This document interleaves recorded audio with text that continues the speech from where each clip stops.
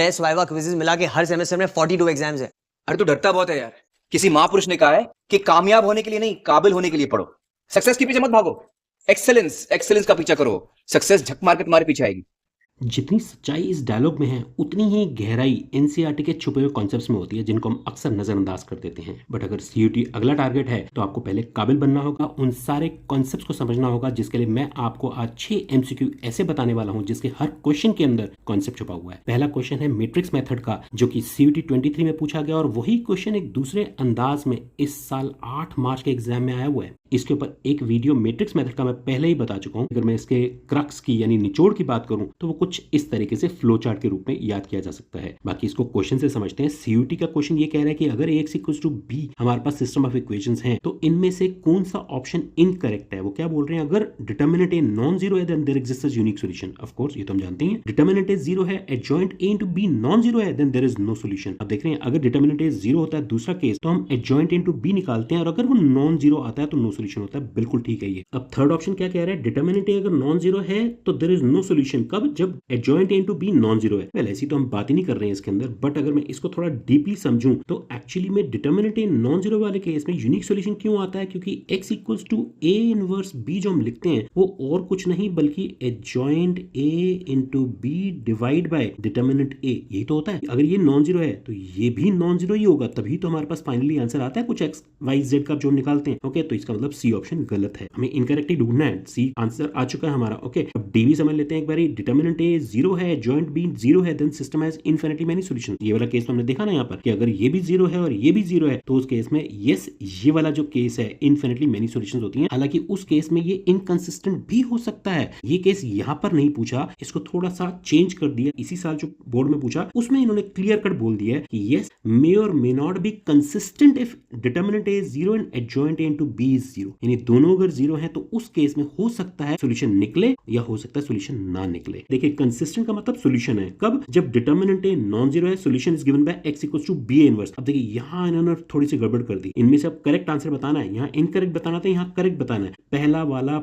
x equals to b inverse, जबकि b inverse नहीं होता है, a इनवर्स भी होता है। ध्यान दीजिए, b a इनवर्स हम डिफाइन ही नहीं कर पाएंगे, क्योंकि अगर मैं मान लो a का ऑर्डर जनरली क्या लेके चलते हैं, 3 है, 3/3 वाले लेते हैं या 2/2 ले लें, कुछ भी ले लीजिए, तो a इनवर्स का ऑर्डर भी 3 हो जाएगा। और b का ऑर्डर तो नॉर्मली क्या होता है, b का मतलब क्या होता है, राइट साइड में जो मैट्रिक्स होती है, लेट्स से 1 2 3 है, इसका ऑर्डर तो 3/1 है, इसको मैं a इनवर्स यानी जिसका ऑर्डर 3/3 है, b इंटू a इनवर्स तो मल्टीप्लाई ही नहीं हो पाएगा, क्योंकि ये दोनों इक्वल ही नहीं है, तो फिर तो ये वैसे ही पॉसिबल नहीं है। तो ये सॉल्यूशन ये गलत है। बट कुछ बच्चे ऐसे हैं जिन्होंने ये मेरा वीडियो देखा था अच्छे से और इसको करेक्ट करके आए थे और जवाब दिया था डी, जो कि बिल्कुल सही आंसर है, क्योंकि दूसरा बी और सी आंसर भी गलत है। इनकंसिस्टेंट कब है, जब डिटर्मिनेंट ए जीरो है और एडजॉइंट ए इंटू बी भी जीरो है। अगर दोनों जीरो हो तो हो सकता है कंसिस्टेंट हो सकता है इनकंसिस्टेंट हो। और दूसरा इनकंसिस्टेंट कब है, अगर डिटर्मिनेंट ए नॉन जीरो है। नॉन जीरो है तो वो तो यूनिक सोल्यूशन है। तो आप समझ रहे हैं, तो मे और may not be consistent if this and this both are zero.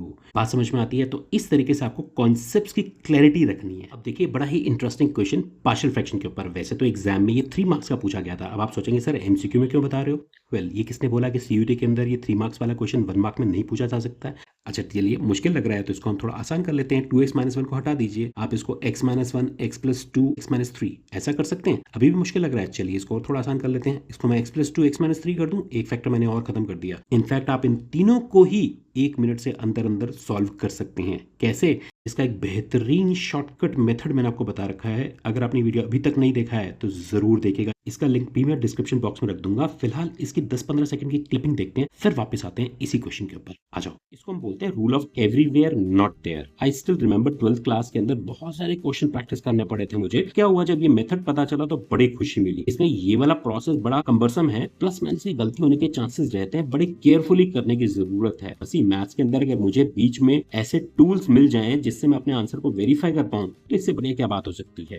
Alright, तो rule of everywhere not there. अब आप देखिए, यहाँ पर मैं पार्शियल फ्रैक्शन आपको कितनी जल्दी बना के दिखाऊंगा। मैं समझ लीजिए यहाँ से शुरुआत करता हूँ। x + 2 को आप 0 सोचिए, x की वैल्यू आई -2। -2 को यहाँ छोड़ के बाकी सब जगह पुट कर देना आपने। यानी x - 3 में x की वैल्यू -2 पुट करता हूँ तो -2 - 3 -5 बनेगा, तो ये बन जाएगा -1/5 और साथ में आया x + 2। पहला पार्शियल फ्रैक्शन बन गया। दूसरे वाले को बनाने के लिए x - 3 को 0 पुट करिए, ये मुझे देगा x की वैल्यू 3। 3 को यहाँ नहीं पुट करना है, इसमें पुट करना है, तो कितना बनेगा 1/5, तो ये हो गया 1/5 into x minus 3, that's it. इसकी इंटीग्रेशन तो लॉग से निकाला जानते ही हम, हो गया काम। इसको भी आप विद इन 30 सेकेंड्स बना सकते हैं पार्शियल फ्रैक्शन। अगेन इसमें इसको 0 पुट करिए, यहाँ जो 1 आएगा उसको यहाँ और यहाँ पुट कर दीजिए, इसमें पुट नहीं करना है। सिमिलरली इसको 0 पुट करते हैं, एक्स की वैल्यू -2 इसमें और इसमें पुट करिए, इसमें मत पुट करिए। एक्स की वैल्यू यहाँ से 3 निकालिए, इन दोनों में पुट करिए, इसमें मत पुट करिए। 3 अलग अलग ए बी सी निकाल लिए आपने। सिमिलरली यहाँ पर भी कर सकते हैं। तो ये बहुत ही हेल्पफुल मेथड है, इसको ध्यान में जरूर रखिएगा।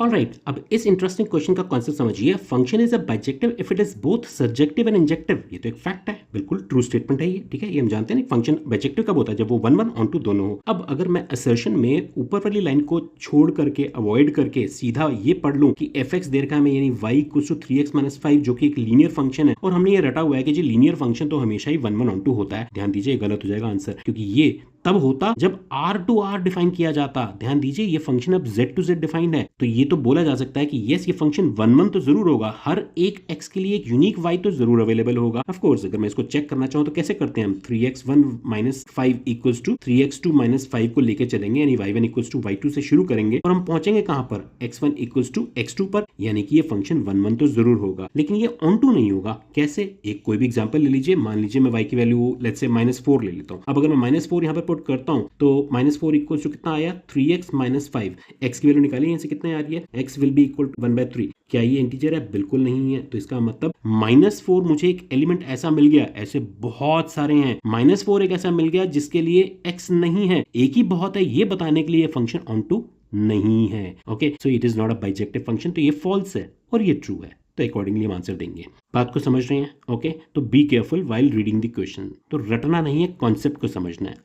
अब देखिए, ये वाला क्वेश्चन 25 में भी पूछा गया है इसी साल, और CUET 23 में पूछा गया है। अब अगर मैं इस इनवर्स को निकालना चाहता हूं तो 1 मिनट में इनवर्स तो नहीं निकाला जा सकता कि आपको हर किसी के कोफैक्टर्स निकालने पड़ेंगे, वो सारा काम तो नहीं करना ना इसमें। तो there has to be some shortcut. तो शॉर्टकट ये है कि डायगोनल मैट्रिक्स के अंदर आपको करना इतना होता है कि जितने भी एलिमेंट्स हैं उनका सिर्फ रेसिप्रोकल लगा दीजिए। यानी यहाँ XYZ अगर इन जनरल है, डायगोनल मैट्रिक्स आप जानते हैं सारे के सारे एलिमेंट 0 होंगे एक्सेप्ट डायगोनल, तो डायगोनल के एलिमेंट्स के रेसिप्रोकल लगा दिए जाते हैं, तो ये आंसर हमारा करेक्ट हो जाता है। ये एक डायरेक्ट फॉर्मूला है, आप इसको वेरीफाई बड़े आसानी से कर भी सकते हैं। अगर मैं इस कॉन्सेप्ट को लगाता हूं कि मेरे को डायगोनल के रेसिप्रोकल्स लगाने हैं, तो -1 का रेसिप्रोकल क्या होगा, यही वाला सेम। तो डी आंसर करेक्ट हो जाएगा इसमें। अब बात समझ रहे हैं? तो ये बेसिक कॉन्सेप्ट्स आपको दिमाग में रखने होते हैं 1 मार्क के क्वेश्चन को सॉल्व करने के लिए। अब देखते हैं अगला काबिल क्वेश्चन क्या कह रहा है। ऑलराइट, तो LPP का ये थ्योरी बेस्ड क्वेश्चन, इसके ऊपर भी एक वीडियो में पहले से बना रखा है। अगर आपने वो देखा है और उसके अंदर वो कॉन्सेप्ट जो मैंने बताया उसको नजरअंदाज नहीं किया है, तो आप इसका आंसर 1 सेकंड के अंदर दे सकते हैं। तो देखिए इस क्लिपिंग को, सीआरटी की लैंग्वेज पे नहीं जा रहे हैं, इसका सिंपल सरल शब्दों में मतलब समझते हैं। वो कह रहे हैं कि अगर किसी LPP का ऑप्टिमल सॉल्यूशन एग्जिस्ट करेगा तो it must occur at corner point, यानी वर्टेक्स पर ही होना चाहिए। किसका वर्टेक्स? फिजिबल रीजन का, चाहे वो बाउंडेड हो या अनबाउंडेड हो। ये बात समझ में आती है? ठीक है, इसको फर्दर समझते हैं। और थ्योरम 2 क्या कह रही है, इसी का एक्सटेंशन है कि अगर फिजिबल रीजन बाउंडेड है तो दोनों यानी maximum as well as minimum values exist करेंगी। ठीक है, ये तो हमने भी फर्स्ट एग्जांपल में देखा ही। अब अनबाउंडेड के बारे में वो क्या बोल रहे हैं कि अगर R यानी फिजिबल रीजन अनबाउंडेड होगा तो ऑप्टिमल वैल्यू हो सकता है एग्जिस्ट ना करे, और अगर एग्जिस्ट करेगी तो वो कॉर्नर पॉइंट पर ही एग्जिस्ट करेगी। तो देखा आपने, सिंपल फंडामेंटल थ्योरम LPP की क्या कहती है कि अगर एक रीजन बाउंडेड है तो उसके अंदर दोनों यानी maximum as well as minimum values exist करेंगी। है ना, बड़ा सिंपल सा कॉन्सेप्ट। तो ये बात कर रहा हूं मैं, वो वाले छुपे हुए कॉन्सेप्ट जो NCERT के अंदर लिखे हुए हैं उनको आपने ध्यान से पढ़ना है, समझना है। रिमार्क्स जरूर पढ़ो NCERT के, बड़े इंपॉर्टेंट होते हैं।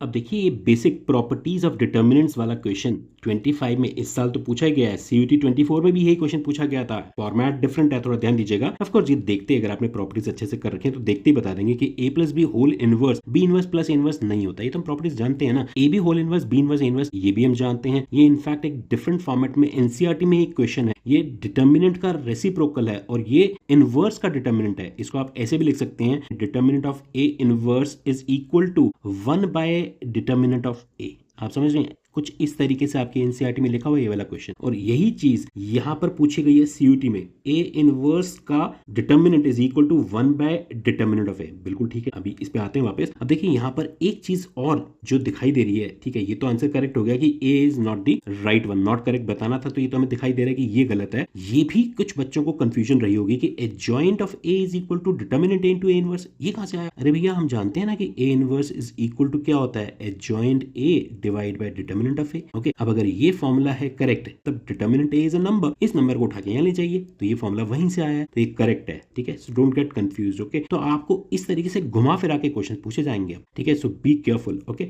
Now for square matrix A N by N, इसमें देखिए अब ये वाला अगेन प्रॉपर्टी हम अच्छे से जानते हैं कि ए तो करेक्ट है, एडजॉइंट ए का डिटर्मिनेंट जो है वो determinant of A whole n - 1 होता है, तो ये तो फिर गलत हो जाएगा ना, तो ये तो नहीं हो सकता है, तो B is not the correct one. अब देखिए सीयूटी का लेवल देखिए, सीबीएसई में तो एक ही ऑप्शन बताना होता है, करेक्ट है नॉट करेक्ट है। सीयूटी में क्या है, आपका लेवल थोड़ा सा ज्यादा क्या हो जाता है, क्वेश्चंस तो वही हैं, सिर्फ आपको ये बताना होगा जी अब एक नहीं, दो नहीं, 3 4 सारे ही करेक्ट भी हो सकते हैं। ओके, तो इस तरीके का क्वेश्चन भी आएगा। ओके, तो ये वाला बी गलत है, यहाँ पर ध्यान दीजिए। अब ये वाला, ये तो देख के पता चल रहा है कि गड़बड़ है इसके अंदर। कैसे कि भैया ए इंटू एडजॉइंट ए एक मैट्रिक्स है, वो एक नंबर के इक्वल कैसे हो सकती है? हाँ, इसके साथ अगर मैं आई को मल्टीप्लाई कर दूं तब सही हो जाता, तो इस वक्त तो ये गलत है। ये तो अभी हमने बात करी ली, ये बिल्कुल ठीक है, तो इसका मतलब ए और डी करेक्ट है, हमारा ऑप्शन 2 करेक्ट हो जाता है। बात समझ रहे हैं? तो इस तरीके से आपके कॉन्सेप्ट्स को अपने क्लियर करना है, अपने आप को काबिल बनाइए। एनसीईआरटी के बेहतरीन कॉन्सेप्ट्स की डिस्कशन हम लोग नेक्स्ट वीडियोस के अंदर अलग अलग चैप्टर वाइज पीवाईक्यूज में करने वाले हैं, तो उनको मिस मत करिएगा।